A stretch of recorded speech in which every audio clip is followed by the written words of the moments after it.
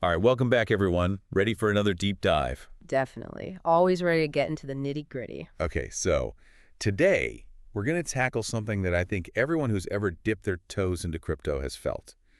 We're talking about FOMO and FUD. Ah, the double-edged sword of the crypto world. Can't live with them, can't trade without feeling them. Right. And, I feel like especially for new people coming into the space, it can be so hard to know when to trust your gut, when to trust the charts, when to trust the news. Yeah, it's like navigating a minefield of emotions sometimes. One minute you're euphoric, the next you're in a full-blown panic. Exactly. And, we've got some research here to back all this up. But before we get into the specifics, let's just make sure we're all on the same page here. What are we actually talking about when we say FOMO? So FOMO, the fear of missing out, it's that feeling you get when you see a coin just skyrocketing. Like everyone's making money but you. Exactly. Like everyone's on this rocket ship to the moon and you're stuck on the launch pad watching them blast off without you. It makes you want to jump in, right? No matter the cost. Yeah, even if it means buying at the absolute top. Ouch. Ouch is right. And then on the flip side, we've got FUD, fear, uncertainty, and doubt. The other side of the coin. Literally, think, negative news, rumors spreading like wildfire, maybe a big exchange gets hacked, or, governments talking about regulations. Suddenly, everyone's hitting the sell button. Even though a lot of the time, the fundamentals of the project haven't actually changed. Right. It's like this primal instinct kicks in. Our brains are hardwired to avoid uncertainty and risk, so we react emotionally rather than logically. Okay, yeah, so I definitely get that. But I guess what I'm struggling with is, how to tell the difference between, actual warning signs and just noise. Yeah, good point. And that's where education and research come in. So our source actually mentions a really good example here. They're talking about the Bitcoin bull run, back in late 2020. Oh yeah, that was a wild ride. So, Bitcoin was climbing like crazy, hit over $50,000, and everyone was, thinking, this is it, it's going to the moon. Right, and it felt like everywhere you looked, people were bragging about how much money they were making, all over social media. Classic FOMO rare. Textbook case.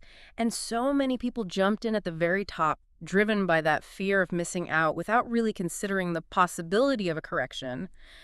And then what happened? Well, the price crashed pretty hard soon after. A lot of those people who bought at the peak ended up losing a lot of money. Exactly.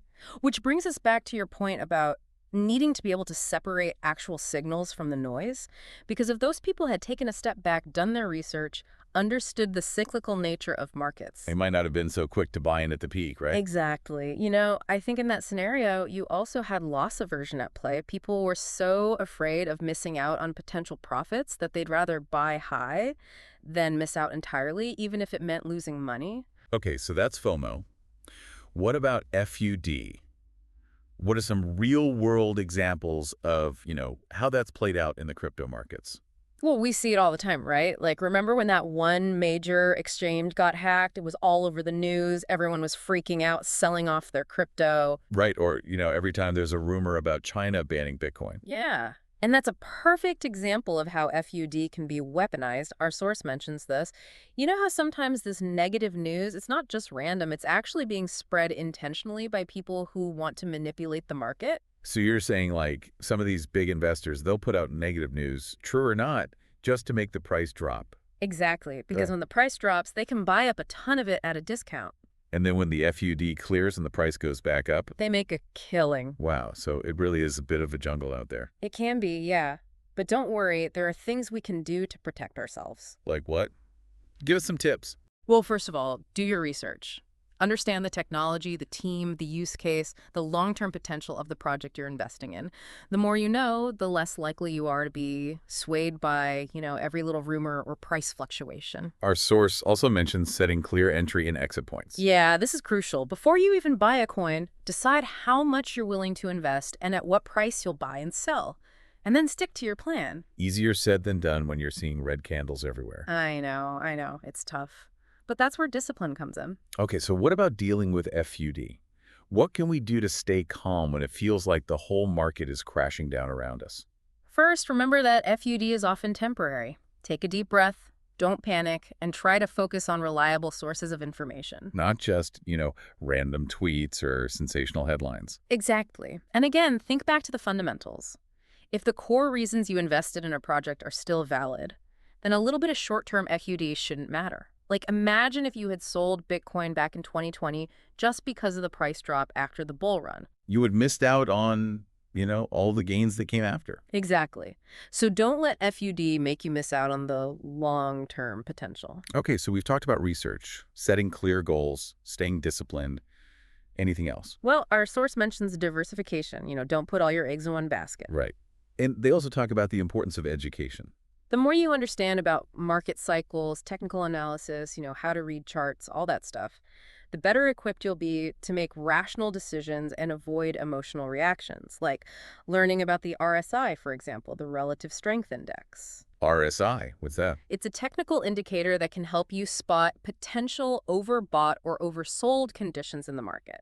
So, like, an RSI above 70 often suggests the market might be getting a bit too hyped up, driven by FOMO, while an RSI below 30 could indicate that fear and panic are taking over. So it's a way to kind of, gauge the emotional temperature of the market. Exactly. Knowledge is power. So we've covered a lot of ground here. Can we boil it all down to like one key takeaway for our listeners? I think the main takeaway is crypto is a marathon, not a sprint. You got to play the long game, right? Don't let the emotional roller coaster of the market dictate your decisions. Focus on educating yourself, develop a solid strategy, and stick to it. And remember, FOMO and FUD, they're part of the game. Everyone feels them. Right. But the key is to not let them control you. Right. Learn to recognize those emotions, manage them, and make decisions based on logic, not fear or greed. So are you saying basically like chill out? Pretty much. Easier said than done, I know, but honestly, the more you can zoom out and see the bigger picture, the better off you'll be. Awesome. Well, thanks for breaking all that down for us. And for everyone listening, don't just take our word for it. Do your own research, explore some of the resources we mentioned. Yeah, there's a ton of great information out there. Don't be afraid to dive in and learn as much as you can. And remember, you got this. You are more powerful than FOMO and FUD. All right, that's it for this deep dive. We'll catch you next time. See you then.